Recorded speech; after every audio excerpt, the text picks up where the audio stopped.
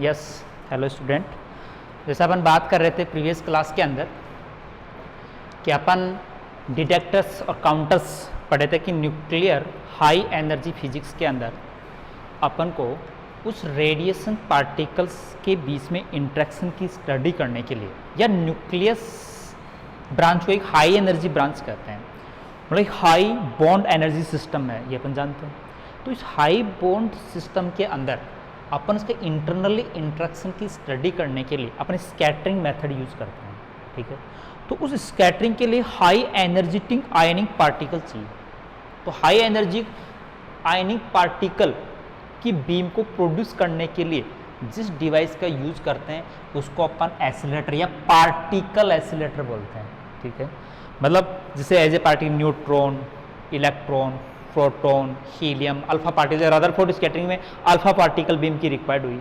और high energetic क्यों? क्योंकि अपने पास न्यूक्लियस एक हाई एनर्जेटिव एनर्जी रीजन है, तो उस हाई एनर्जी रीजन से इंटरेक्शन करने के लिए मोर सफिशिएंट एनर्जी की बीम रिक्वायर्ड होती है। तो एक high energetic charge ion beam produce करने के लिए जिस डिवाइस का यूज करते हैं उसको पार्टिकल एसिलेटर बोलते हैं। इसमें क्या होता है, बाय द इलेक्ट्रोस्टैटिक फोर्स या इलेक्ट्रोस्टैटिक फील्ड, इलेक्ट्रिक फील्ड कह सकते हैं, उसके द्वारा आयनिक पार्टिकल की काइनेटिक एनर्जी में इंक्रीज कर दिया जाता है। तो काइनेटिक एनर्जी में इंक्रीज करने वाले इस डिवाइस को अपन एसिलेटर बोलते हैं, मतलब एसिलेटेड हो गया। जैसे अपन सिंपली, अब इसमें न्यूट्रल पार्टिकल को एसिलेटेड करने का मेथड अलग होगा, उसमें आयनिक पार्टिकल को ही एसिलेटेड किया जा सकता है बाय द फील्ड। तो अपन न्यूट्रॉनिक को किस मेथड से करेंगे? जैसे मान लो न्यूट्रॉन बीम एसिलेटेड चाहिए, तो अपन प्रोटॉन बीम को एसिलेटेड करके प्रोटॉन को न्यूट्रॉन से कोलिजन करवाएंगे। प्रोटॉन न्यूट्रॉन का मास सेम होता है, ऑलमोस्टली एनर्जी ट्रांसफर होकर न्यूट्रॉन एसिलेटेड हो जाएगा, मतलब एनर्जी ट्रांसफर कर देगा। तो अपने पास यहाँ एक इलेक्ट्रिक फील्ड का पोटेंशियल रीजन प्लेट प्लस और माइनस लगा दें, और इस स्लिट में से मान लो कि दो प्लेट है, एक पर पॉजिटिव पोटेंशियल है, एक पर नेगेटिव है। यहाँ से अपने पास एक इलेक्ट्रॉन बीम है, इसको इंजेक्ट कराते हैं। तो इलेक्ट्रॉन पोटेंशियल प्लस की ओर क्या होगा, एसिलेटेड होगा, और gain the energy is the eV, potential difference into charge is equal to gain energy by the particle, मतलब this energy increase in the form of kinetic energy, और this type of device is known the accelerator. ये एक basic oscillator का principal है। इनकी requirement देख ले कि अपन को हाई एनर्जी फिजिक्स के अंदर इंटरनल स्ट्रक्चर, न्यूक्लियस के स्ट्रक्चर के लिए हाई एनर्जी आयनिक बीम की रिक्वायर्ड होती है। तो अपन इनिशियली तो अब तक हाई एनर्जी फिजिक्स में 13 इलेक्ट्रॉन वोल्ट, आप एनर्जी का एक रेंज है, 113 इलेक्ट्रॉन वोल्ट की प्रोटॉन बीम प्रोड्यूस की जा चुकी है।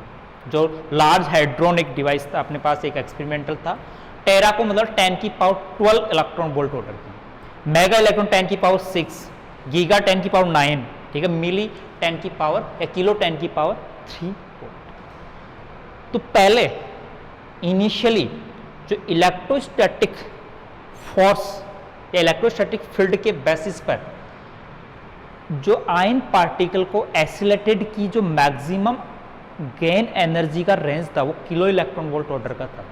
उसके बाद में उनकी जो एफिशिएंसी है उस हायर एनर्जी रीजन में इंक्रीज नहीं हो पाई, जिसका कुछ लिमिटेशन आ गई, जिसका कारण था। जैसे अपन एक सिंपल सा एग्जांपल दूंगा आपको जो अपन पढ़ चुके, 1D graph oscillator. 1D graph oscillator में क्या होता है, एक इलेक्ट्रोस्टैटिक फोर्स जनरेट कराया जाता है जिसकी हाईएस्ट जो लिमिट है वो 10 की लेस टू 10 की पावर 6 वोल्ट होती है। क्यों?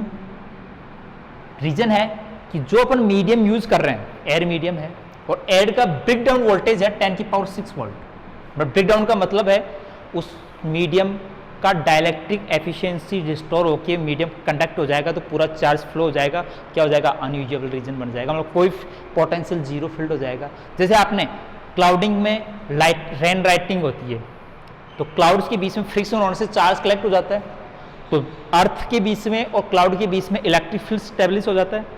और जब क्लाउड में चार्ज कलेक्शन की वैल्यू जैसे जैसे इंक्रीज होती है, फील्ड की वैल्यू इंक्रीज होती है, और last and the above to the critical break down cut off voltage, then current charge is conduct in the earth from the medium, मतलब वहाँ पर उसका ब्रेक डाउन हो जाता है।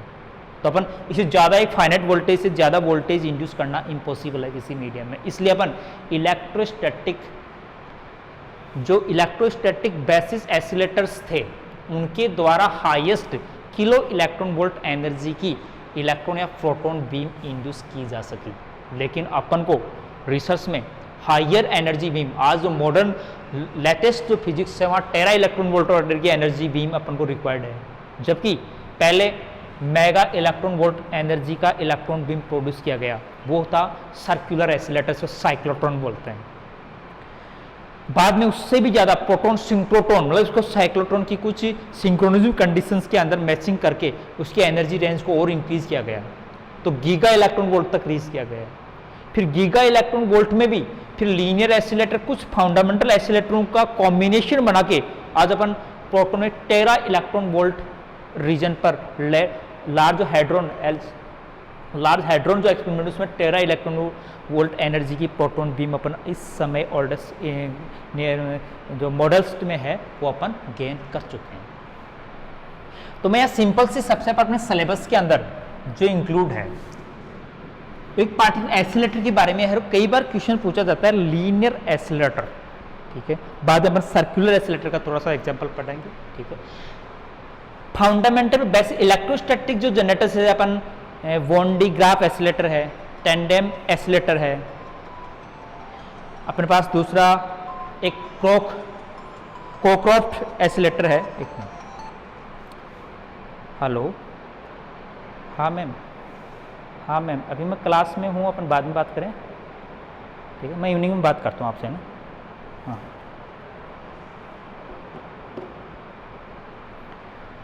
तो अपने पास मैं एक लीनियर एसिलेटर के बारे में यहाँ ब्रीफली आपको एनालिसिस कर रहा हूँ।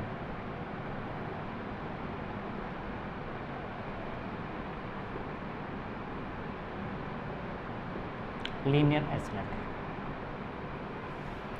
देखो लीनियरली एसिलेटर का मतलब है इसमें एक linearly by the multiple accelerating get the high energy by multi stage, मतलब एक सिंगल स्टेज में अपन एक सफिशिएंट एनर्जी गेन नहीं कर पाते, लेकिन मल्टी स्टेज में रिपीटली कंटिन्यूसली अपन को किसी पार्टिकल को बार बार एसिलेटेट करके अपन एक हाई एनर्जी गेन कर सकते हैं।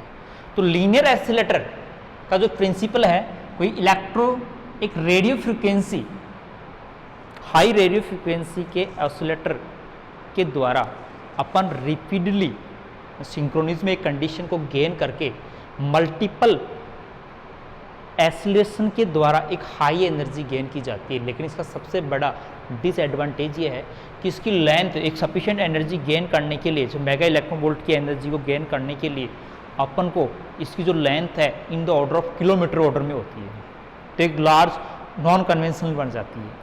फिर इसमें फॉक्सन की कई लिमिटेशंस है वो अप्लाइड करनी पड़ती है। तो ये नॉन कन्वेंशनल है, लेकिन इसमें कितना हायर एनर्जी गेन अपन सफिशिएंट रीजन में गेन कर सकते हैं उसके बारे में अपन इसकी स्टडी करेंगे। तो यहाँ पर प्रिंसिपल मेन आ गया इसका कि इलेक्ट्रोस्टैटिक फील्ड के द्वारा, मतलब एक radio frequency oscillator high voltage का लेंगे, ठीक है, उसके द्वारा मल्टीपल सक्सेसफुली, मतलब एक स्टेज में पहले इसको एसिलेटेट कर लिया, कुछ टाइम के लिए रेस्ट कर, फिर दोबारा एसिलेटेट कर लिया, दोबारा एसिलेट, एक पीरियोडिक फॉर्म के अंदर मल्टीपल एसिलेशन के द्वारा एक सफिशिएंट एनर्जी गेन करेंगे। इसको अपन लीनियर एसिलेटर सीरीज में लेते हैं। इसको दो पार्ट में डिवाइड किया गया, एक है ड्रिफ्ट ट्यूब लीनियर एसिलेटर, दूसरा है वेव गाइड लीनियर एसिलेटर। तो ड्रिफ्ट ट्यूब जो अफवाह नली का बोलते हैं आप हिंदी में, और वेव गाइड एक तरंग पथक होता है। वेव गाइड एक होलो मेटेलिक ट्यूब होती है जिसमें ईएम वेव को अपन प्रोपोगेट किया जाता है हायर फ्रीक्वेंसी के ऊपर, क्योंकि अपन से माइक्रोवेव, आप इसमें एक स्पेशली ब्रांच आएगी अपने पास माइक्रोवेव, जो इलेक्ट्रोमैग्नेटिक वेव का एक स्पेक्ट्रम है। उस स्पेक्ट्रम में हाई फ्रीक्वेंसी पर अपन एक वायर ट्रांसमिशन लाइन का यूज़ नहीं करते, क्यों? वहाँ पर लीकेज फेनोमेना प्रोड्यूस होने से एनर्जी ट्रांसफर नहीं हो पाती, सिग्नल ट्रांसफर नहीं हो पाते। तो इसलिए अपन एक होलो मेटेलिक ट्यूब यूज़ करते हैं जिसमें कन्फाइनमेंट के द्वारा इलेक्ट्रोमैग्नेटिक सिग्नल प्रोपोगेट होते हैं, इसको अपन वेव गाइड बोलते हैं। ठीक है, एक ट्रांसमिशन लाइन ही है, लेकिन हाई फ्रीक्वेंसी रेडियो फ्रीक्वेंसी या माइक्रो फ्रीक्वेंसी रेंज के अबव फ्रीक्वेंसीज को अपन इसके द्वारा प्रोपोगेट करते हैं। ड्रिप ट्यूब है, बट ड्रिप का मतलब होता है जैसे अपन एक ड्रिप करंट होती है, ड्रिप करंट का मतलब by the transmission of the charge carriers conduct the current in the drift current, मतलब high potential to low potential, मतलब पोटेंशियल डिफरेंस के द्वारा अपन क्या करेंगे, इसमें इंक्रीजिंग करेंगे, ठीक है, तो अपन इसको ड्रिप ट्यूब लीनियर एसिलेटर बोलते हैं। मैं यहां ड्रिप ट्यूब लीनियर एसिलेटर के बारे में, ड्रिप ट्यूब लीनियर एसिलरेटर के बारे में डिस्कशन करने का। इसके अंदर large number of more than 1-2 linearly in sequential form align the diffuse tubes on which alternatively opposite potential is applied, and between the gap of successively tubes the potential difference is applied in synchronism matching time, then by multiple interaction ion beam is accelerated in multi-stage and get the high energy beam।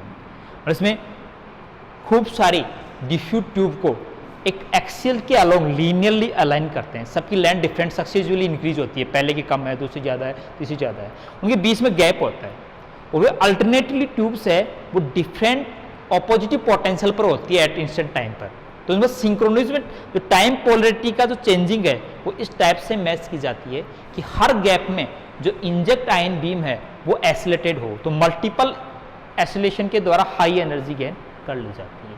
तो देखिए इसका construction के द्वारा मैं उसको समझा, इसका एक वैक्यूम ट्यूब ले लेते हैं, देखिए सबसे लार्ज ट्यूब है ये, किलोमीटर ऑर्डर की होती है, इसलिए वैक्यूम इतने लार्ज कंडीशन में एक वैक्यूम क्रिएट करना भी थोड़ा सा कॉम्प्लिकेट होता है। और वैक्यूम क्यों करते हैं कि अदर इफेक्टेंस को नेग्लिजिबल करने के लिए, इसी कोई ट्यूब के वैक्यूम बनाने का मतलब उसमें उसकी इंटरनली इंट्रैक्शन की ही फेनोमेना या कोई इवेंट हो, इंड्यूस हो, अदरली इफेक्ट्स क्या हो जाए, नेग्लिजिबल हो जाए। देखो ये ट्यूब है, ग्लास वैक्यूम ट्यूब है, ये तो पैक है, इसके अंदर इसके एक्शियल के अलोंग कोएक्शियल फॉर्म में, ठीक है, डिफरेंट टाइप की डिफ्यूज ट्यूब होती है। जैसे पहले मैंने एक डिफ्यूज ट्यूब ले L1, ठीक है, लीनियरली, एक दूसरी डिफ्यूज ट्यूब ले ली, इसकी थोड़ी सी लेंथ पहले वाले से बड़ी है, सेम रेडियस है, सेम मेटल है, लेकिन दोनों के बीच में थोड़ा सा गैप है। फिर एक तीसरी ट्यूब ले ली जिसकी लेंथ सेकंड वाले से सक्सेसफुली थोड़ी सी इंक्रीज है। फिर चौथी ट्यूब, इसकी लेंथ और भी इंक्रीज है। सबको लीनियरली एक्सरसाइज कर लिया, ठीक है, आगे एन टाइप तक लिया, 1 2 3 4। चाहे अपन एक लीनियर ट्यूब को अपन और दिखाना चाहें तो एक बार थोड़ा सा इसका लेंथ और ले लें, इसी सक्सेसफुली लेंथ पहले वाले से और थोड़ी सी इंक्रीज होनी चाहिए, वो किस ऑर्डर में होनी चाहिए उसका अपन मैथमेटिकल एनालिसिस भी अपन करें। ये अपनी बाहर आउटरली एक ट्यूब है जो अपन वैक्यूम सील्ड है, ठीक है, यहाँ पर लीनियर स्लिट है आउट होने का बीम, ये इंजेक्ट बीम का पाथ है। यहाँ पर एक होल है जिसके अंदर क्या करी, बीम इंजेक्ट की जा रही है, आयन बीम है वो भी, जिसको अपन एसिलेटर ले, इलेक्ट्रॉन बीम है, प्रोटॉन बीम है, अल्फा पार्टिकल बीम है, ठीक है, जिसको अपन क्या करना है, एसिलेटेड करना है। तो लीनियर एसिलेटर का मेन बेसिक कंपोनेंट क्या है, एक वैक्यूम ट्यूब होगी जिसमें एक्शियल के अलोंग, एक एक्शियल में linearly different successfully highly length, मतलब सक्सेसफुली मतलब क्रमागत रूप से इंक्रीजिंग लेंथ ऑर्डर में, ठीक है, एक डिफरेंट डिफ्यूज ट्यूब, इनको अपन डिफ्यूज ट्यूब का मतलब है होलो मेटेलिक ट्यूब्स होती है, ठीक है, इनको अपन अलाइन कर लेते हैं इस टाइप से, ठीक है। वो सक्सेसफुली लेंथ क्यों इंक्रीज कर रहे हैं इसका कोई रीजन है, वो मैथमेटिकल भी आएगा, बेसिक में भी आएगा, ठीक है। फिर क्या करते हैं, अल्टरनेटिवली जैसे मैंने फर्स्ट टाइम को मैं L2 L3 लेंथ डिफरेंट है सबकी, L4 L5, ठीक है, एक्चुअली लास्ट नंबर ट्यूब्स होती है। अल्टरनेटिवली मतलब 1 3 5, इन सभी ट्यूब्स को किसी अल्टरनेटिव सोर्स के एक पार्ट से जोड़ती है, ठीक है। दूसरे पार्ट को इस जो रिमेनिंग ट्यूब्स हैं 2, 4, 6 ट्यूब्स है, मतलब एक साइनसोडियली इसका voltage is equal to V naught sine omega t, omega angular frequency से इसका मतलब टाइम ऑफ पीरियड जो एंगुलर फ्रिक्वेंसी या time of period T is equal to अपन जानते हैं 2 पाई अपॉन ओमेगा से उसकी पोलरिटी चेंज होगी कंटिन्यूसली जो डिफ्यूज ट्यूब है उसके ऊपर, मेटेलिक ट्यूब है ये, ठीक है। तो अपन अब इसमें एसिलेशन क्या होगा, ये होगा इसका डायग्राम बेसिस, ठीक है, जिसमें क्या है वैक्यूम ट्यूब है, उसकी एक्सियल पर linearly successively increasing length order में large number diffuse tubes align है, जो अल्टरनेटिवली किसी अल्टरनेटिव रेडियो फ्रिक्वेंसी के ऊपर high voltage alternatively high voltage source से अल्टरनेटिवली ट्यूब्स एक एंड से और other alternatively tubes second end से कनेक्ट है, ठीक है। लीनियर आयन बीम इधर से इंजेक्ट करेंगे, high in beam next other and से अपन को गेन होगा। अब कैसे वर्क होगा देखो, फिर अब थ्योरी में आप उसको वर्क कंस्ट्रक्शन मैंने बता दिया क्या है, वर्किंग क्या होगी, फिर इसका अपन मैथमेटिकली एनालिसिस करें। तो ion beam from the source, जैसे आयन सोर्स कहाँ से होते हैं, जैसे अपन को इलेक्ट्रॉन इंसिडेंट करनी है तो थर्मल एक कोयल यूज कर लेंगे, वो स्टेट फॉर्म में थर्मेनिक इलेक्ट्रॉन को इमिट करके इसमें इंजेक्ट करा देंगे। प्रोटॉन बीम इंड्यूस करेंगे तो प्रोटॉन सोर्स होगा, जैसे स्पार्किंग चैम्बर यूज कर लेते हैं, ठीक है, हीटिंग चैम्बर यूज कर लेते हैं, ठीक है। आयन सोर्स करने के electromagnetic interaction and electromagnetic ionization chamber भी होते हैं, उनके द्वारा अपन आयन सोर्स किसी भी डिवाइस के द्वारा इंड्यूस किया जा सकता है, रिक्वायर्ड बीम है अपन को। तो वो रिक्वायर्ड बीम अब वो नेगेटिव है पॉजिटिव है दोनों पे वर्क करेगा ये, ठीक है। मान लें कि अपन स्टार्ट में चल के चलते हैं, पॉजिटिव आयन बीम है, L1, L3, L5 इन सब पर पोलरिटी सेम रहेगी, मान लो at instant time t is the positive, at this instant time other L2, L4, L6 tubes potential is negative, but after finite half time interval again polarity is change, negative and positive change होती जाएगी। तो अपन start में मानो n line tubes हैं, n tube है, जैसे मान लो फर्स्ट ट्यूब पर नेगेटिव होगा, क्या होगा, नेगेटिव पोटेंशियल होगा, मतलब रिपीटली चेंज होगा वो, तो उस टाइम पर इंजेक्ट आयन बीम एक्सेलरेटेड होगी and inject inside the first diffuse tube, drift tube. Drift tube is a hollow metallic, then inside the hollow tube electric field is zero, मतलब shield by the field. एक metallic को अपन की potential जोड़ते हैं, inside में electric field zero रहता है, तो without any interaction accelerated beam move in the L1 tube, मतलब L1 के इनसाइड में L1 लेंथ तक वो विदाउट कोई अट्रैक्शन एक्सेलरेशन यूनिफॉर्मली मूव होगी। लेकिन जितने टाइम में वो L1 डिस्टेंस को क्या कर लें, ट्रांसमिट कर लें, मान लो कि इसकी इनिशियली जो एक्सेलरेशन वेलोसिटी है वो v1 है, तो v1 वेलोसिटी से L1 को ट्रांसफर या थ्रो उसको ट्रांसमिट करने या पार करने में कितना टाइम लगेगा, L1 अपॉन v1। तो L1 अपॉन v1 का टाइम इस should be equal to t/2, मतलब हाफ टाइम पीरियड के बराबर होना चाहिए। तो हाफ टाइम का मतलब कि जितने टाइम में पहले यहां पर पॉजिटिव था, ठीक है, उसके बाद में यहां L2 पर पॉजिटिव आ जाएगा, नेगेटिव आ जाएगा। पहले नेगेटिव L1 पर था, अब जब तक जितने टाइम तक वो इस ट्यूब में रहनी चाहिए, जब L2 के ऊपर L4 के ऊपर क्या आ जाए, पॉजिटिव आ जाएगा, मतलब सेकंड पोलरिटी नेगेटिव आ जाए, तो फिर पॉजिटिव इस गैप के अंदर क्या होगा, एक्सेलरेटेड होगा, मतलब केवल between the gap L1 L2 के गैप में ही एक्सेलरेशन होगा। फिर जैसे ही इंजेक्ट इनसाइड द L2 करेगा वापिस शील्ड हो जाएगा by the field, then uniformly move by the different velocity या इंक्रीजिंग वेलोसिटी, क्योंकि पहले L1 में वेलोसिटी v1 थी, तो बाद में L1 L2 के गैप में वो एक्सेलरेटेड होने से इसकी वेलोसिटी इंक्रीज हो गई, मान लो v2, तो v2 से वो क्या करेगा, एक्सेलरेशन, वो v2 का मान ज्यादा होगा L1 से, तो इसीलिए इसकी लेंथ ज़्यादा रखेगी, टाइम उतना ही होना चाहिए अंदर जितना t/2 के बाद में फिर पोलरिटी चेंज होगी। तो जैसे ही t/2 के बाद में L2 पर फिर वापस नेगेटिव आ जाएगा, तो फिर L2 और L3 के बीच में फिर एक्सेलरेटेड होगी, फिर हायर वेलोसिटी V3 से गैप हो जाएगा, फिर V4 से V5, इसलिए सक्सेसफुली इनकी लेंथ को क्या कर रखी है, इंक्रीज, ताकि drift tube transmission time is same for each element segment is equal to for synchronism t/2।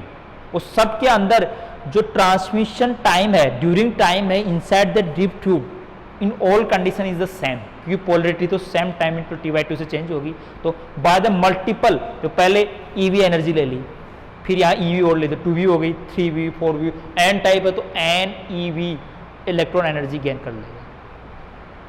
तो अपन इस टाइप से इसका वर्किंग होता है कि अपन इलेक्ट्रॉन बीम को इंजेक्ट करते हैं तो लीनियरली ट्यूब के अंदर डिफ्यूज ट्यूब की सक्सेसफुली इंक्रीजिंग ऑर्डर में इसकी लेंथ को अपन सेटअप कर दें और सिंक्रोनिज्म में कर दें। सिंक्रोनिज्म में करने का मतलब यही है कि गैप के बीच में एक्सीलरेशन होने के बाद में सेकंड इस ट्यूब के इनसाइड का रीजन टाइम ड्यूरेशन है वो इसकी t/2 से मैच होना चाहिए, तब बार बार मल्टीपल इंटरेक्शन के द्वारा हाई एनर्जी गेन कर लेंगे और आउट रीजन में हाई एनर्जी बीम प्रोड्यूस हो जाएगी।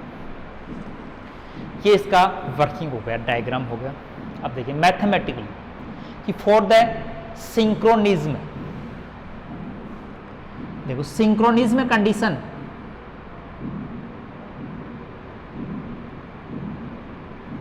सिंक्रोनिज्म के लिए कि should be t/2 is equal to the time duration in nth length, मान लो कि ln Vn, मान लो nth सेगमेंट के अंदर इसकी लेंथ ln है और उसकी वेलोसिटी Vn है, वो तो 1 1 होगा, 2 2 होगा, 3 3 कुछ भी है, वो कितना होना चाहिए t/2। टी को अपन फ्रीक्वेंसी f में लिख सकते हैं 1/2f as the frequency of the radio frequency या हाई वोल्टेज रेडियोटी जो अपन अल्टरनेटिव वोल्टेज सोर्स लेस की फ्रीक्वेंसी है। ये इसकी सिंक्रोनिज्म कंडीशन है। Then by gauge perfectly matching multiple interaction या multiple acceleration.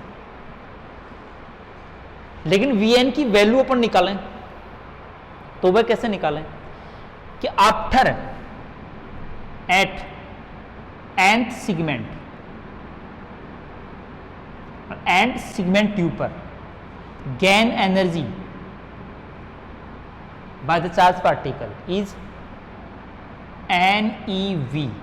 V is the potential difference between the plates और E is the charge of electron, मतलब एक प्रोटॉन चार्ज है या प्रोटॉन बीम है अपन इसके लिए। N मतलब N सेगमेंट्स के द्वारा NeV एनर्जी गेन कर लेगा, प्लस कोई यदि इनिशियल एनर्जी है तो इसको E0 से नोट कर देते हैं। यदि initial energy is the very less, E0 is very less NeV0, मान लो कि initially energy of inject beam is very small in comparison to accelerating energy, तो complete accelerating energy in form of the kinetic energy then is equal to total energy in the end से half mVn square.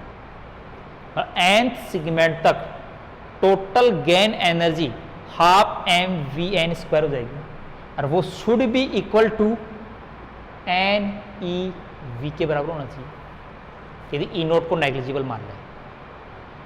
तो इस equation के द्वारा अपन Vn की value find कर सकते हैं। Vn इज इक्वल टू उधर ले गए 2NeV। V is the potential, small जो V दिख रहा हो इज द वेलोसिटी, ठीक है। अब इसको m का अंडर रूट, इस रिलेशन के द्वारा अपने पास n सेगमेंट में वेलोसिटी का एक्सपेंशन आ जाएगा। इसको अपन ऊपर वाले डेरिवेशन में सब्स्टिट्यूट करें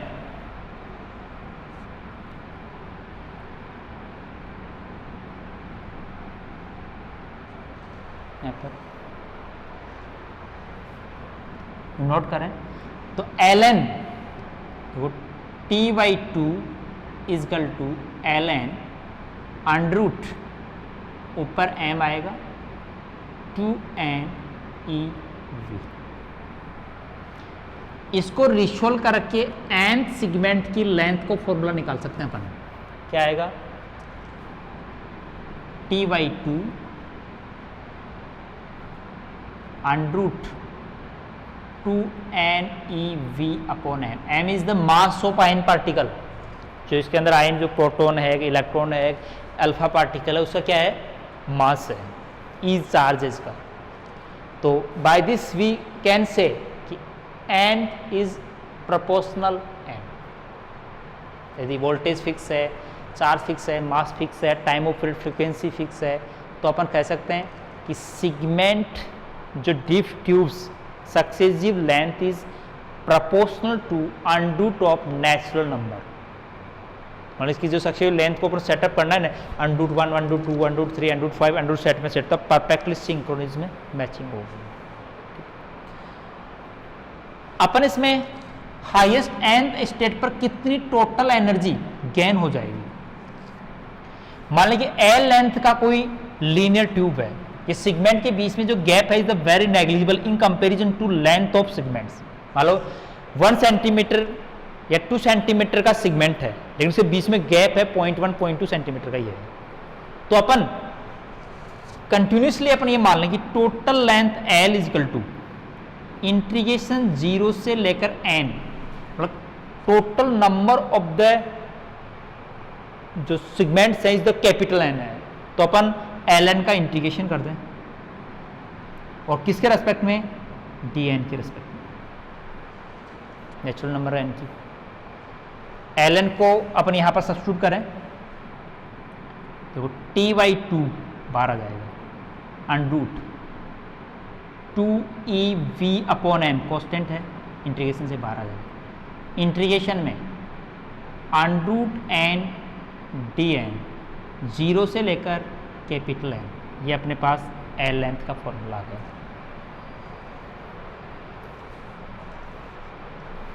यदि अपन इस इंटीग्रेशन को सोल्व करें तो n + 3/2 अपॉन 3/2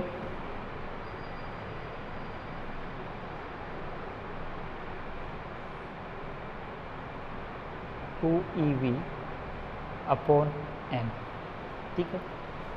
इंटीग्रेशन में n की पावर 3/2 अपॉन 3/2 इंटीग्रेशन 0 से कैपिटल n।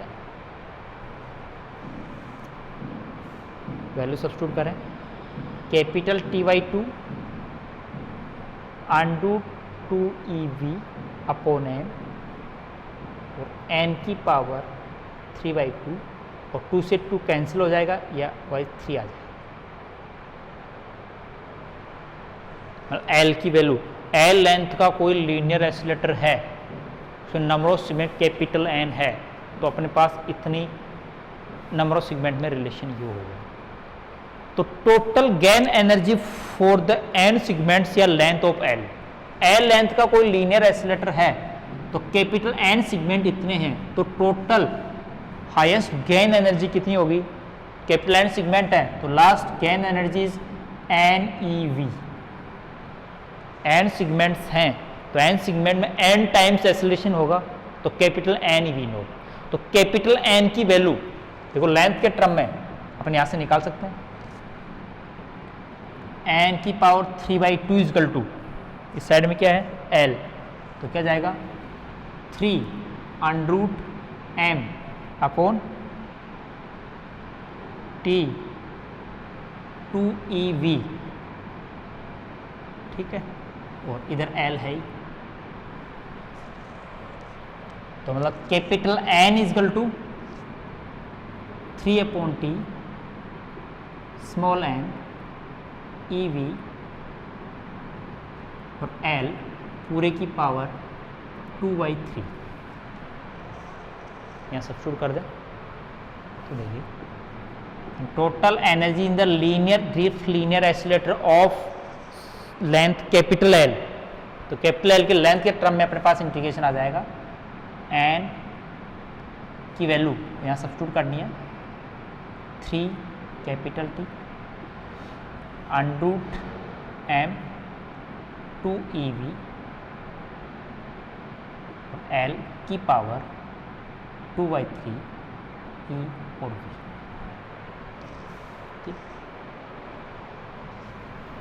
तो T 1/f भी लिख सकते हैं, कैसे भी सुनो, 3/t, ठीक है।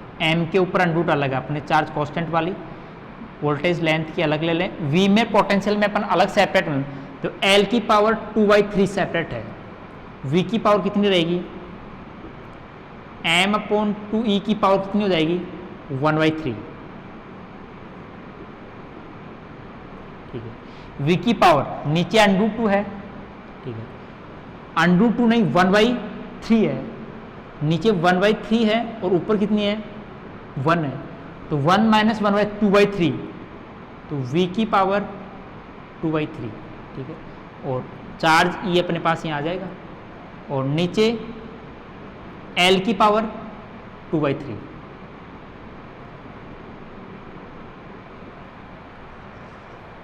ठीक है। एक बार रिसोल्विंग कर देख लेना।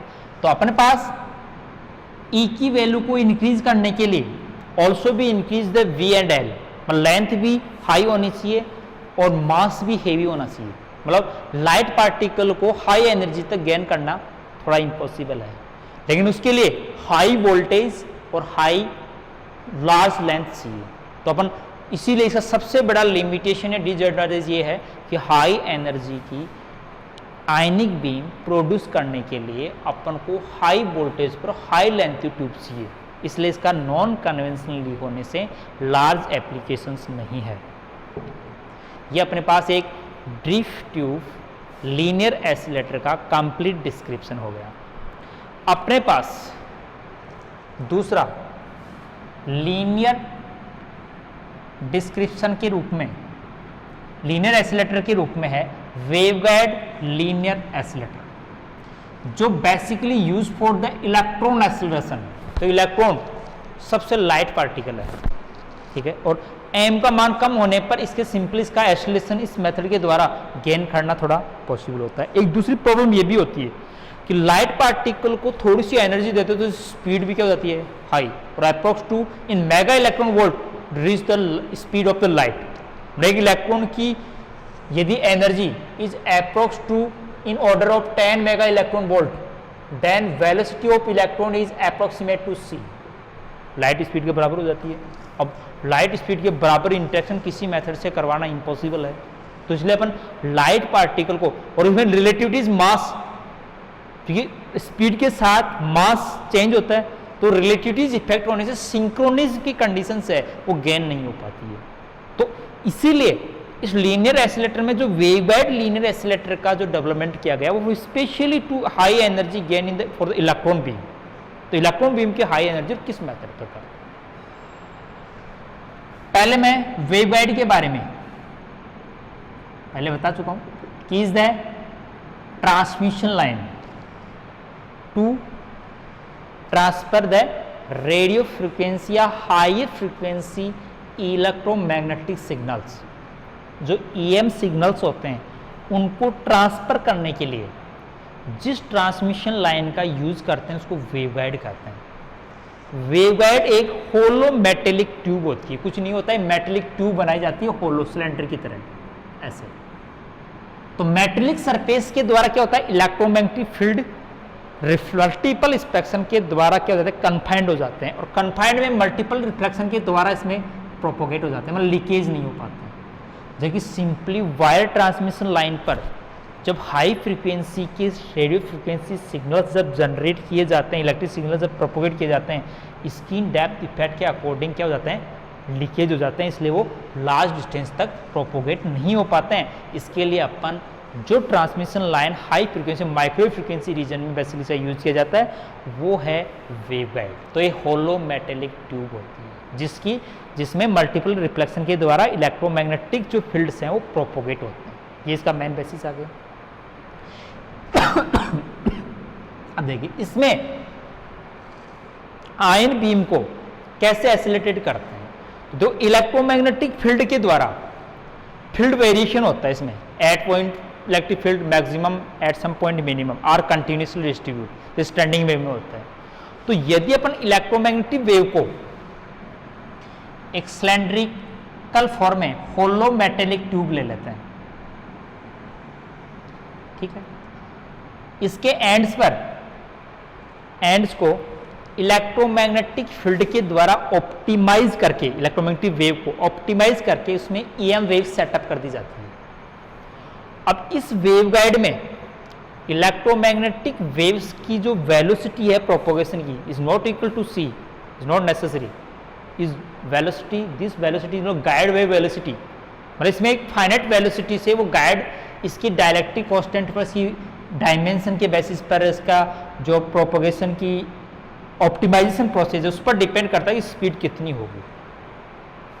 तो अपन ये चाहते हैं कि इसके अंदर जब इलेक्ट्रोमैग्नेटिक वेव सेटअप कर दें और इसमें आयन बीम को इंजेक्ट करें, आयन बीम बेसिकली लाइट मतलब इलेक्ट्रॉन बीम,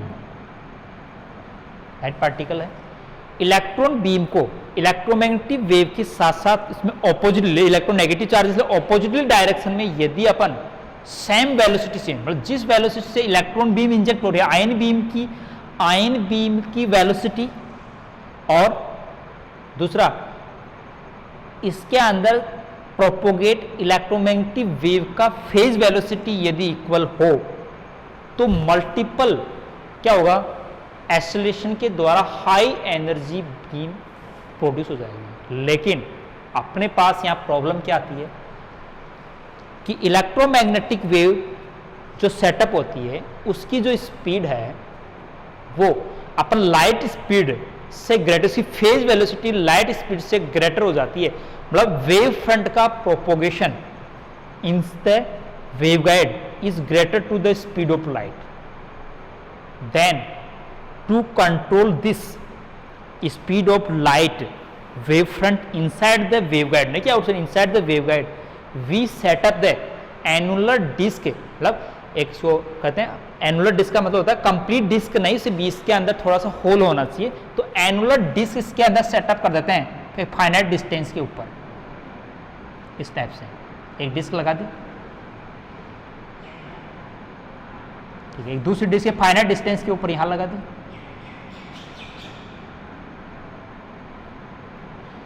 इसकी inner radius outer radius different है, ठीक है। तो अपन इस टाइप से एक फाइनाइट डिस्टेंस के ऊपर जिसमें अपन को कंट्रोल जितनी स्पीड के ऊपर लाइट स्पीड से ग्रेटर नहीं हुई वेव फ्रंट का, तो एनुलर डिस्क लगा देते हैं। तो इससे क्या हो जाता है कि उसकी स्पीड कंट्रोल हो जाती है, किसकी, propagative wave front inside the waveguide, उसकी वेवगाइड वेवलेंथ, गाइड वेवलेंथ। तो गाइड वेवलेंथ है गाइड वेलोसिटी, तो guide velocity should be equal to the inject beam, उसके बराबर होनी चाहिए। तो अपन इलेक्ट्रॉन के लिए क्या होता है कि जैसे अपन एक मेगा इलेक्ट्रॉन वोल्ट तक जब एक्सीलरेटेड होता है तो उसकी speed reach to the approx light speed, तो उस कंडीशन पर उसका मैचिंग की गाइड वेवलेंथ की भी स्पीड सी के बराबर, तो मल्टीपल इंटरेक्शन के द्वारा उसमें हाई एनर्जी गेन हो जाएगी। तो इस प्रकार एक वेवगाइड एक्सीलरेटर के द्वारा इलेक्ट्रॉन को एक high giga electron volt order तक की एनर्जी गेन की जाती है, जिसमें एनुलर डिस्क एक फाइनाइट प्लेस पर सेटअप करके उसकी वेव फ्रंट की वेलोसिटी को सिंक्रोनिज में करने के लिए, मतलब प्रोपोगेटिव फेज वेलोसिटी और इंजेक्ट आयन की वेलोसिटी को इक्वल करके मल्टीपल एक्सीलरेशन के द्वारा एक high energy electron beam produce की जाती है, जिसको वेवगाइड लीनियर एक्सीलरेटर बोलते हैं, ठीक है। इस टाइप से अपने पास एक लीनियर वेवगाइड का एक्सपेंशन होता है। अब देखो लीनियर वेवगाइड के अंदर कुछ डिमेज हैं जिनको अपन देख सकते हैं कि अपने पास इसकी लिमिटेशंस हैं, और वो लिमिटेशन की वजह से अपन इनका मोर फर्दर यूज नहीं कर पाते हैं, ठीक है। तो इनका अपन फर्दर यूज अपन एक्सीलरेटेड एनर्जी का रेंज को इंक्रीज करने के लिए ये लीनियर एक्सीलरेटर की जगह यहाँ हाई वोल्टेज की भी रिक्वायर्ड होती है और ट्यूब की लेंथ भी हाई है, लेकिन अपन लो वोल्टेज के ऊपर एक सर्कुलर एक्सीलरेटर का यूज करते हैं to get the high energy, मतलब मल्टीपल एक्सीलरेशन करवाएंगे, लेकिन by the using magnetic field again inject in the spiral path the ion beam between the electrodes of potential, मतलब एक आयन बीम को applied magnetic field के द्वारा बार बार inject करवा के उसको अपन हाई एनर्जी गेन करते हैं, तो साइक्लोट्रॉन इसका एग्जांपल है। ये लोअर वोल्टेज या लोअर एनर्जी सर्कुलेटर एसिलेटर कहलाते हैं, जिसमें इलेक्ट्रोमैग्नेटिक फील्ड का यूज करके एक लो वोल्टेज के इलेक्ट्रिक फील्ड के द्वारा multiple interaction through inject by the applied magnetic field gain the high energy in the spiral path is known the cyclotron. ठीक है, तो अपन साइक्लोट्रॉन के बारे में थोड़ा सा डिस्कस बताता हूँ।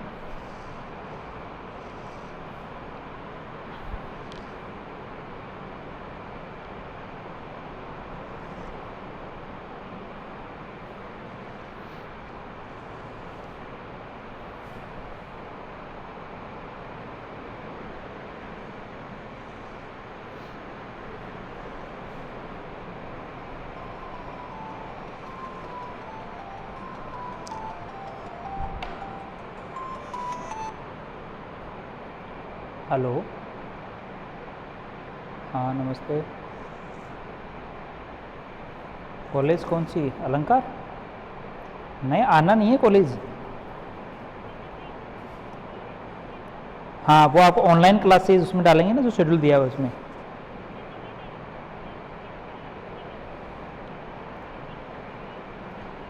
नहीं, पीजी का आपको अलग से भी एडमिशन पूरे नहीं हुए थे, इसलिए मैं कल जा रहा हूँ, कॉलेज आ गया था, टाइम टेबल बना के और फिर आपको डालूंगा उसमें।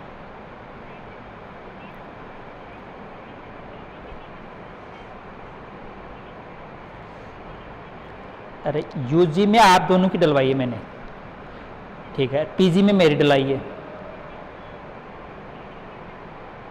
आपको पीजी में नहीं डाल रखा? ठीक है, मेरे पास फाइल नहीं है, लेकिन मेरा टाइम टेबल मैं बना के आया हूँ कॉलेज में। तो पीजी में केवल अभी मेरी क्लास होगी और यूजी में आपकी और महेंद्र सर की होगी। हाँ।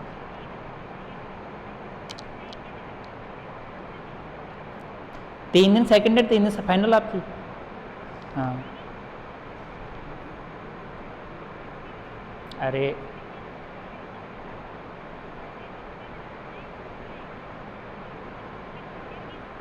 नहीं, उन्हें गलत डाल दिया होगा। 3 दिन आपके स्टार्टिंग, जिस दिन सेकेंड ईयर होगा उस दिन आपकी फाइनल नहीं होगी। आप वो उसने टाइप में गलती कर दी होगी, टाइप में गलती। मैं कह रहा हूँ वैसे है, आपकी 6 दिन तक एक ही क्लास होगी डेली केवल, है ना। और वो डेली क्लास आपको एक क्लास 2.5 घंटे आपको स्टे करना कॉलेज में। हाँ, अरे वो नहीं, मैं बताता हूँ शाम को, अभी मैं क्लास में हूँ, मैं बता दूंगा आपको। आपको तो डेली एक क्लास लेनी है, उसका मैं बता दूंगा आपको कल से ही, है ना। ठीक,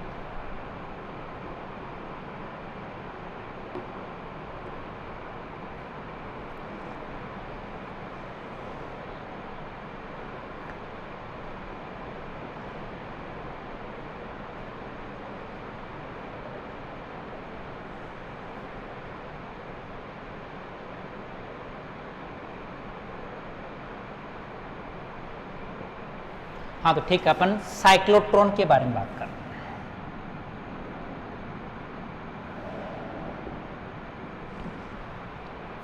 तो साइक्लोट्रॉन एक क्या है? सर्कुलर एसिलेटर है, जिसके अंदर by using the magnetic field, static magnetic field, the ion beam is in the repeatedly form inject between the potential field region या अपन electric field region, then by multiple interaction in spiral path gain the high energy in the ion beam, but there are not required a long path. Linear accelerator में एक long path की required थी, multiple interaction उसमें, multiple acceleration उसमें था, लेकिन इसमें केवल स्पाइरल पाथ में सर्कुलर रीजन के अंदर एक हाई एनर्जी गेन कर ली जाती है। सिंपल सा। यहाँ इसमें क्या लिमिटेशन आती है, क्या समस्या आती है, थोड़ा सा इसका ब्रीफ करना चाहते हैं। साइक्लोट्रॉन सिंक्रोनिज्म की कंडीशन में 2 टाइप में डिवाइड किया गया है। उस डिवाइड के में थोड़ा सा शॉर्टिंग अपन को नॉलेज चाहिए, अदरवाइज इसका क्वेश्चन केवल ओनली आपको एक लीनियर सर्कुलर एसिलेटर के डिफरेंस में आ सकता है, या इसकी सिंक्रोनिज्म कंडीशन के बेसिस पर न्यूमेरिकल आ सकता है। तो सिंपल से आपने पढ़ रखा है कि साइक्लोट्रॉन क्या होता है। देखो, इसमें एक 2 डीज होती है, एक मेटेलिक होलो डिस्क जिनका फ्रंट सरफेस होलो, ऐसा नहीं कि अपनी एक प्लेट होती है, प्लेट का डिस्क होता है, उसका फ्रंट सरफेस सामने ओपन है, मतलब एक होलो टी है।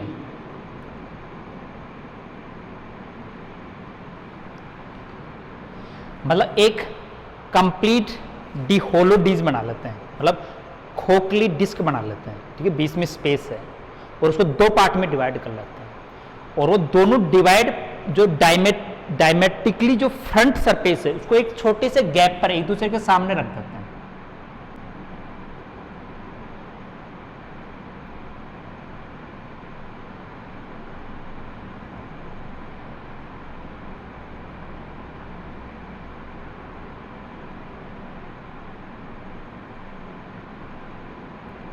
होलो में होलो डिस्क सेम है, सेम डायमीटर है दोनों का, एक ही होलो डिस्क थी, वो डिस्क थी, उसको अपन दो पार्ट में डायमेट्रिकली फ्रंट करके दोनों को छोटे से गैप पर रख दिया। इस गैप का सेंटर मान लो यहाँ पर है जहाँ पर आयन सोर्स रखा जाता है, आयन भी इंजेक्ट की जाती है। और इसमें सबसे बड़ी एक लिमिटेशन ये भी होती है, आयन वेव को इंजेक्ट करना पड़ता है, सेंटर या प्रोड्यूस करना पड़ता है, वहाँ सोर्स को सेटअप करना होता है। अब ये दोनों जो डीज है मेटेलिक है, अंदर होलो है, तो इनसाइड में इलेक्ट्रिक फील्ड के द्वारा प्रिवेंट रीजन है। इस प्लेट के परपेंडिकुलर एक मैग्नेटिक फील्ड से मान लो कि perpendicular inside normal to plane magnetic field B setup कर देते हैं, दो इलेक्ट्रोमैग्नेट लगा लेते हैं, ठीक है, परपेंडिकुलर, उसकी डायरेक्शन क्रॉस का मतलब इनसाइड नॉर्मली है, डॉट का मतलब इनसाइड आउटसाइड है। कैसे सेट कर लेते हैं, वो पाथ पर पाथ के सर्कुलेशन डिपेंड होगा इस पर। इन दोनों डीज को एक अल्टरनेटिवली वोल्टेज सोर्स से जोड़ देते हैं, V बराबर V0 साइन ओमेगा, ठीक है। जो दोनों डीज के ऊपर जो इलेक्ट्रिक पोलरिटी इस change after finite time interval is the frequency time period of half, वो सिंक्रोनिज्म होगा। तो अपन स्टार्ट में अब इसकी वर्किंग क्या होगी कि दो डीज है, इन दोनों डीज के अंदर अपन एक स्पाइरल पाथ के रूप में, मतलब एक सर्पिलाकार पथ के अंदर इलेक्ट्रॉन बार बार एनर्जी गेन करके एक हाईएस्ट रेडियस का पाथ ट्रेस करने के बाद एक डिफ्लेक्टर के द्वारा उस बीम को एक कट लगा के, एक डिफ्लेक्टर का मतलब एक किसी फील्ड के द्वारा लगा आयन बीम को बाहर ले लिया जाता है। एक्सीलरेटेड बीम, यहां डिफ्लेक्टर यूज कर लेते हैं। जैसे मान लो पॉजिटिव बीम है तो नेगेटिव के द्वारा अट्रैक्शन करके उसको थोड़ा सा रिफ्लेक्ट करके बाहर ले लिया जाता है, इसको टारगेट के ऊपर इंसिडेंट कर लेते हैं, ठीक है। यहां क्या होगा कि सेंटर से आयन से मान लो पॉजिटिव, मान लो इस समय किसी सेंट टीम के ऊपर पॉजिटिव इस पर नेगेटिव है एट इंस्टेंट टाइम टी, तो यहां यदि नेगेटिव आयन है तो क्या होगा, एक्सीलरेटेड होगा इसमें और वो अंदर जाके मैग्नेटिक फील्ड के कारण सर्कुलेट होगा और सर्कुलेट होकर जैसे गैप में आएगा फिर वो एक्सीलरेटेड होगा, फिर इसके अंदर आएगा वापस सर्कुलेट होगा मैग्नेटिक फील्ड के कारण और वहां फिर एक्सीलरेटेड होगा। तो अब ये अपने पास सर्पिल पाथ में जिससे हर मल्टीपल के द्वारा बार कंटिन्यूसली एनर्जी को गेन करके एक स्पाइरल पाथ में एक हायर एनर्जी के पाथ पर कंप्लीट करके डिफ्लेक्टर की साइज को पाथ को अपनी टाइप से सेट करते हैं कि वहाँ एक मैक्सिमम एनर्जी गेन करने के बाद में उस आयन बीम को क्या कर लिया जाता है, इंजेक्ट या आउट कर लिया जाता है। स्पाइरल पाथ में एक्सेलरेटेड बीम यहाँ आगे मान लो, नेगेटिव आयन का सर्कुलेशन जस्ट उल्टा होगा, ठीक हो। तो अपन पास इसमें क्या हुआ कि इलेक्ट्रिक फील्ड के द्वारा जैसे ही आयन बीम इन दोनों डीज के गैप के बीच में इंजेक्ट होता है तो due to the electric acceleration potential gain the energy and again in the disk is prevented by the field but applied on the magnetic field, due to this magnetic field are circulated in path, move in the circulated path, then again inject between the gap of D's, then again accelerated at the half circular path tracing time interval should be equal to half time interval of the frequency, half time interval of the radio frequency source. इसका half time interval इसके half path को trace करने के बराबर होना चाहिए, तभी इसके अंदर एक्सेलरेशन गेन हो पाएगा, सिंक्रोनिज्म हो पाएगा, ठीक है। तो ये इसका डायग्राम थोड़े प्रिंसिपल, ठीक है, किस टाइप से वर्क करता है अपन देख सकते हैं, ठीक है। सिंक्रोनिज्म कंडीशन क्या होगी इसमें, सिंक्रोनिज्म कंडीशन के द्वारा इसमें साइक्लोट्रॉन फ्रीक्वेंसी का डेरिवेशन गेन करते हैं। क्या कंडीशन होनी चाहिए, तो इसके अंदर डीज के इनसाइड में मैग्नेटिक फील्ड V है, Q चार्ज का कोई आयन है, M मास है उसका, तो उसको सर्कुलेटेड होने के लिए जो सेंट्रीफ्यूगल फोर्स रिक्वायर्ड होगा वो मैग्नेटिक फोर्स होगा, और मैग्नेटिक फोर्स उसकी मूविंग डायरेक्शन के परपेंडिकुलर है, तो Q V sine theta cross ना क्यू वी बी आएगा। ठीक है, तो मान लो कि क्यू चार्ज है, वी वेलोसिटी है उस पार्टिकल की, और अपने पास मैग्नेटिक फील्ड वी है, तो क्यू वी मैग्नेटिक फोर्स, उसकी centrifugal force M V square R, उस समय इसकी पाथ रेडियस कितनी है आर। तो सेंट्रीफ्यूगल फोर्स को कंट्रोल करेगा कौन, मैग्नेटिक फोर्स क्यू वी। ये इसकी कंडीशन होगी in moving the circular path for this device. लेकिन इसमें सिंक्रोनिज्म में अपन मैक्सिमम की बात करेंगे, maximum speed, maximum length, maximum radius पर होगी, तो अपन मैक्सिमम वाली कंडीशन देख, क्यू मान लो कि velocity is the at state V maximum, b is the static same, q is the same, m is the same, mass of the ion, but velocity is the maximum, the radius at this condition also be the maximum, क्योंकि maximum radius के path पर होगा तब इसमें energy maximum speed maximum होगी। तो अपन इस condition के द्वारा v को दे एक ऑर्डर पावर कैंसिल कर देते हैं, रेडियस r इजकल टू अपने पास आ जाएगा r जो अपन मैक्सिमम का है m v मैक्सिमम अपॉन नीचे आ जाएगा क्यू बी। ठीक है, let consider the maximum radius of this dees is the capital R, then this equation is equal to capital R, where capital R is the complete maximum radius of this dees, जो dees अपन ने use किया उसका maximum radius है। तो capital are का formula अपने पास ये आ गया, जो किसकी कंडीशन से, जो सर्कुलेशन हो रहा है। अब सिंक्रोनिज्म में क्या होगा कि इसका हाफ जो सर्किल है जितने टाइम में वो ट्रेस हो जाएगा उतने टाइम में इसकी पोलैरिटी चेंज हो जानी चाहिए, बट हाफ टाइम इंटरवल उसके हाफ टाइम ऑफ पीरियड के बराबर होना चाहिए किसी सोर्स के।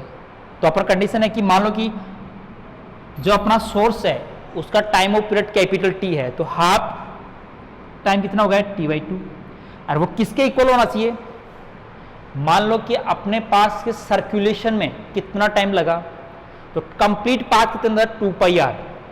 ठीक है, इसकी स्पीड कितनी है v, तो अपन v और r का रेशियो में ये लिख दें 2πr कंप्लीट पाथ है, और इसकी स्पीड कितनी ली अपने v, तो अपन हाफ पाथ के लिए कितना करें, ये तो कंप्लीट पाथ के लिए हो गया अपॉन 2, मतलब कंप्लीट पाथ को ट्रेस करने में उसका total time period 2πr upon v, तो हाफ को 1/2 से डिवाइड मल्टीप्लाई कर दिया। देखिए अपने पास सिंक्रोनिज्म कंडीशन r और v की वैल्यू चाहिए, t is equal to 2πr upon v। देखो r जैसे इंक्रीज होगा वेलोसिटी भी इंक्रीज होगी, तो r और v के रेशियो को अपन से मैक्सिमम r है मैक्सिमम v है, इस रेशियो की वैल्यू यहां से निकाल लें, तो देखो इस कंडीशन से क्या आ जाएगी v maximum upon r maximum, इस साइड में तो उस साइड में चला जाएगा क्यू बी अपॉन एम, तो अपने यहां वैल्यू रख सकते हैं r अपॉन v की value 2π/QB upon m, time of period आ गया। फ्रीक्वेंसी और टाइम पीरियड में रिलेशन होता है रिवर्स, तो frequency f is equal to reverse कर दें m अपॉन 2π/QB, और this frequency is known that cyclotron frequency, मतलब should be this frequency is equal to the frequency of radio frequency source. This condition is known the synchronism condition for the cyclotron. ठीक है, मतलब ये condition यदि perfectly होगी तभी इसमें perfectly matching के द्वारा बार बार मल्टीपल एसिलेशन के द्वारा एनर्जी गेन होगी। तो कितनी एनर्जी गेन हो जाएगी, अपन टोटल मैक्सिमम एनर्जी निकालना चाहते हैं, तो मैक्सिमम एनर्जी मैक्सिमम पाथ पर होगी कैपिटल आर पर, उसमें इसकी स्पीड कितनी है मैक्सिमम वी मैक्सिमम। तो मैं ये कहूं कि exit energy of exit ion बाहर आने के बाद में इसकी टोटल एनर्जी कितनी है, तो मैं इसको काइनेटिक एनर्जी के फॉर्म में हाफ एम वी मैक्सिमम का स्क्वायर, वी मैक्सिमम की वैल्यू अपने पास वहां से रख दें हाफ एम, यह आ जाएगा वी स्क्वायर, तो capital R Q B upon M का स्क्वायर आ गया। मतलब ओपन कर दो इस सर्किट को, एम का स्क्वायर तो एक नीचे, एम स्क्वायर नीचे है तो ऊपर R square q square B square upon m. ये अपने पास मैक्सिमम एनर्जी का एक्सपेंशन आ गया for the cyclotron. If there B is the constant, m is the constant और maximum radius of dee is the capital R, q is the charge of ion, for the electron the e, for the proton the e, for the alpha particle 2e, for the helium particle 2e, for the lithium particle 3। तो अपने पास वो ion कौन सा है उसके लिए depend करता है क्यू। ठीक है, simple generally cyclotron is not use for the acceleration of electron. ये इलेक्ट्रॉन के एसिलेशन के लिए साइक्लोट्रॉन के द्वारा इलेक्ट्रॉन को एसिलेटेड नहीं किया जाता। ये हायर मासिव पार्टिकल जैसे प्रोटॉन है, अल्फा पार्टिकल है, लिथियम है, इनके लिए बेसिकली यूज किया जाता है। सर रीजन बेसिस कारण ये है वो बताता हूँ कि इसमें लिमिटेशन आती है। जैसे अब तक अपन ये कहा कि हर मल्टीपल इंटरेक्शन में इसकी स्पीड बढ़ती है, लेकिन रिलेटिविटी इफेक्ट की बात करें, चलो स्पीड की वैल्यू सी से वेरी लेस होती है तो उसमें कोई रिलेटिविटी इफेक्ट नहीं आता। लेकिन जैसे लाइट पार्टिकल है, मान लो प्रोटॉन इलेक्ट्रॉन से, इलेक्ट्रॉन की बात करें तो इलेक्ट्रॉन एक लाइट पार्टिकल है, वो after some multiple accelerations gain the in order to mega electron volt energy, then of this speed is increased to approx to c light speed, then at this condition the synchronism condition is the fail, not matching synchronism। मतलब कि जितने time में वो एक half circle left side में पार किया उतना time वो सेकंड वाले हाफ सर्किल में नहीं लगाता। कारण ये है कि अपने पास उसकी स्पीड पहले मान लो कि v1 थी तो दूसरे हाफ में v2 हो गई, वो v2 ज्यादा है तो पाथ तो सेम ही है, तो v2 पाथ पर क्या होगा, वो टाइम कम होने से, वो पोलरिटी चेंज होने से पहले ही गैप में आ जाएगा, not isolated by the gap properly. तो इसको कहते हैं dissynchronism condition for the light particle in the synchrotron. This is the best limitation या disadvantage of this cyclotron. So due to this reason, a light particle as electrons are does not isolated by this cyclotron। लेकिन इस cyclotron में इस type की condition को control करने के लिए इसने दूसरे टाइप का एक कंडीशन अप्लाई करके इसको अपन इंप्रूव करके इलेक्ट्रॉन को भी एसिलेटेड किया गया और हेवी पार्टिकल को भी एसिलेटेड किया और हाई एनर्जी तक किया गया। तो उसके लिए क्या किया गया कि सिंक्रोनिज्म की कंडीशन को गेन करने के लिए, देखो दो कंडीशन है इसमें कि सिंक्रोनिज्म कंडीशन में यहां देखिए F is depend on the M and B। तो 2 pi is the constant, q charge also with invariance कि चार्ज की वैल्यू चेंज नहीं होती। लेकिन मास और मैग्नेटिक फील्ड को अपन यदि चेंज कर दें तो फ्रीक्वेंसी F को कंट्रोल कर सकते हैं। मान लो कि अपन मान लें रिलेटिविटी इफेक्ट ये कहता है कि M is the increase by this relation m not under 1 minus v square upon c square, और जैसे जैसे v इंक्रीज होगा m इंक्रीज होगा।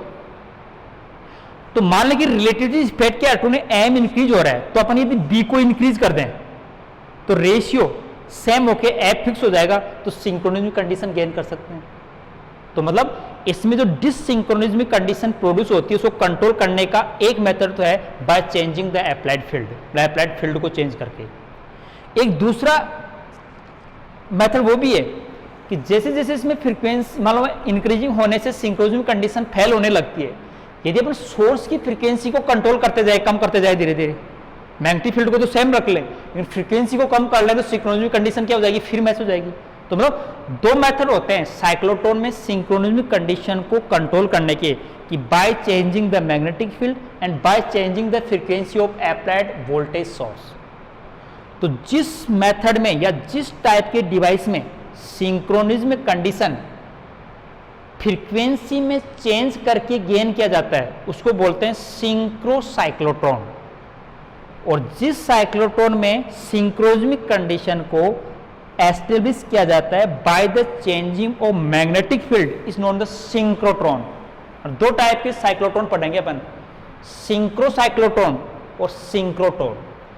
सिंक्रोसाइक्लोट्रॉन में by changing the frequency of source के द्वारा सिंक्रोनिज्म कंडीशन को कंट्रोल किया जाएगा, और सिंक्रोट्रॉन में by changing of the magnetic field changes को सिंक्रोट्रॉन करते हैं। ठीक है। तो कल की नेक्स्ट क्लास में अपन इसके बारे में डिस्कस करेंगे। ठीक है, ओके, थैंक्स।